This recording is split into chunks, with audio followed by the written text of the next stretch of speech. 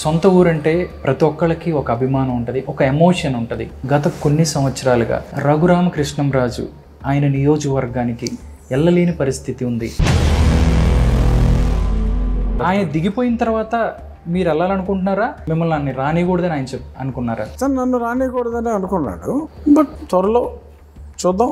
ఎన్నికలు కూడా వచ్చిన తర్వాత ఎలాగో వెళ్తాను. అప్పుడు ఇతను పవర్లెస్ అవుతాడు.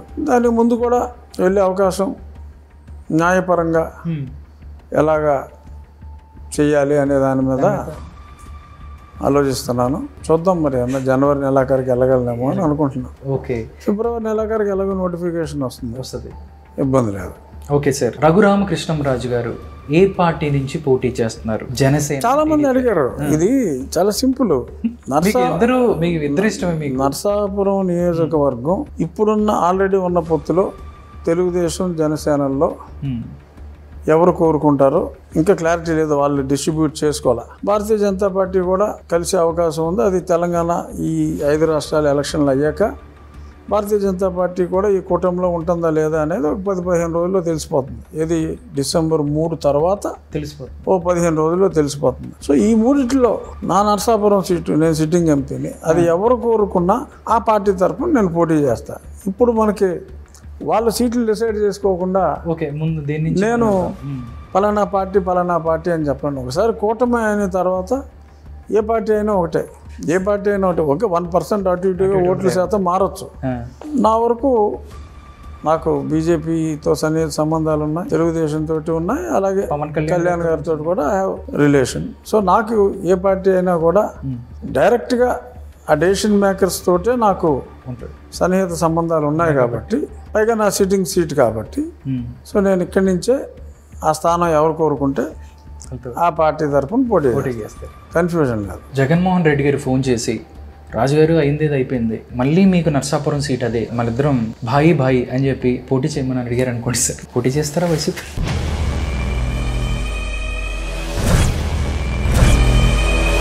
చెప్తా. ఓకే సార్, అమరావతిలో పరదాలు చాటున అసెంబ్లీకి వెళ్ళటం చూసాము. కడపలో కూడా బ్యారికేడ్ల మధ్య తిరగటం అనేది అతను ఏదో ఒక బీభత్సమైన భయంలో ఉన్నాడు పాపం. తన నీడని చూసి తను భయపడుతున్నాడు.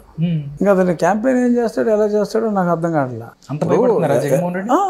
ఇప్పుడు ఎలక్షన్ టైంలో ఇతనికి మరి అంత సెక్యూరిటీ వచ్చి చెట్లు నరికేస్తాం అంటే కుదరదు. పబ్లిక్లోకి వెళ్ళాలి. మరి అక్కడ అతను టోటల్గా అటర్ ఫ్లాప్ అయిపోతాడు. ఈ last the connect with the public.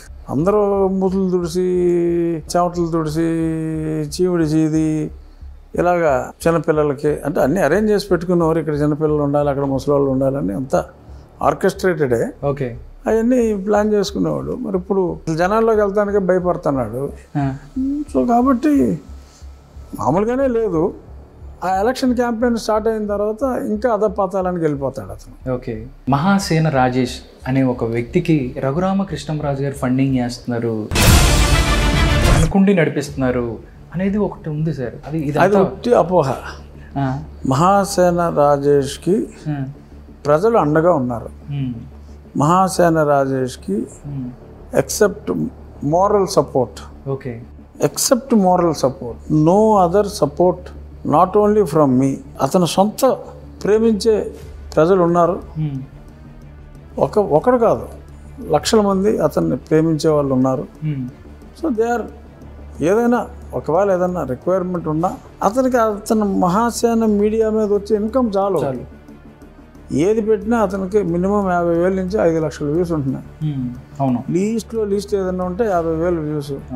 YouTube income నాకు తెలిసి అతనికి నెలకు 10 లక్షలు ఉంటుంది. ఓకే, అంతకంటే అసలు అవసరం ఉంది. అతనికి ఇంట్లో కూర్చున్నాడు. నేను కూడా చూపించాడు అతను, నాకు రేకుల షెడ్ తప్ప ఇక్కడ ఏం లేదు. రేకుల షెడ్ ఉంది, ఒక బోర్డు ఉంది. ఆ బోర్డు పెట్టి అతను నిజాలు మాట్లాడుతూ ఉంటాడు అక్కడ. అతని మహాసేన మీడియా ఇన్కమ్ చాలు. ఇంకా అతనే ఫండింగ్ ఇవ్వగలడు ఆ ఇన్కమ్ నుంచి ఎవరికైనా కావాలంటే. ఓకే, అతనికి తమ్ముడు నీకు నేను ఉన్నాను అన్న మోరల్ సపోర్ట్ తప్ప ఎటువంటి సపోర్ట్ నేను ఇవ్వలేదు, అతనికి అవసరం లేదు. ఓకే, ఇవాళ అతను ఏ వీడియో పెడతాడని చెప్పి చూడటానికి మహాసేన మీడియా వీడియో ఇవ్వాలి ఏంట్రా అని చూడటానికి కొన్ని లక్షల మంది ఉన్నారు. సార్ దగ్గరగా 3,000కు పైగా వాయిదాలు, 10 సంవత్సరాలకు పైగా బెయిల్ మీద ఉన్నారు. 4.5 సంవత్సరాలుగా తన సొంత కేసు, కోడికత్తి కేసు మీద ఏదైతే వెళ్ళలేని పరిస్థితి. అంటే వ్యవస్థల్ని ఎవరు మేనేజ్ చేస్తున్నారు సార్? వ్యవస్థలు చేసిన ఘనత ఒక్క జగన్మోహన్ రెడ్డికి వైసీపీకి సంబంధించి ఆపోజిట్గా పోస్టులు పెడుతున్నారు. ఏదైనా ఒక వాయిస్ని వినిపిస్తే సిఐడి కేసులు పెడుతుంది. అంటే దాంతోపాటు అంతకుముందు ప్రధాన న్యాయమూర్తుల మీద, సిజేఐ మీద కానీ న్యాయమూర్తులను అశ్లీలంగా వీళ్ళు పోస్టులు పెట్టారు. దాని మీద ఎవరు మాట్లాడలేదు. వైసీపీ వాళ్ళు ఏం చేసినా తప్పులేదు, వారు పునీతులు.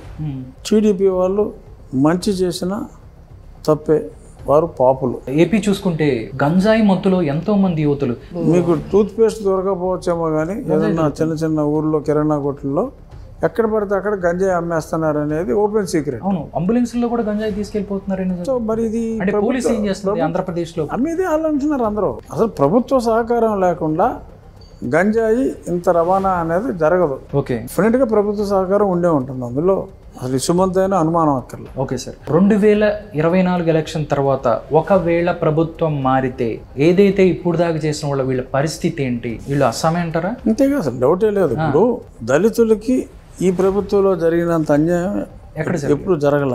అదే రాజేష్ చెప్పేది, మా వాళ్ళని ఇంతమందిని నువ్వు చంపేసావు, ఇంత అన్యాయం చేసావు, మాకు బెస్ట్ అవైలబుల్ స్కూల్స్ తీసేసావు, ఉన్న 26 స్కీమ్స్ తీసేసావు.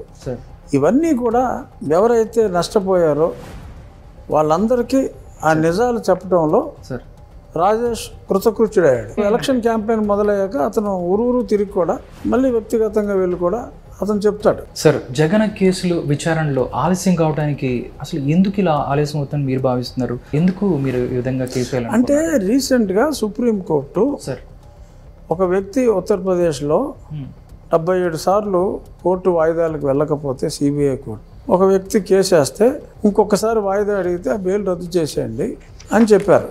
సుప్రీంకోర్టుకి తెలియకుండా ఈ వ్యవహారం అంతా నడుస్తుంది.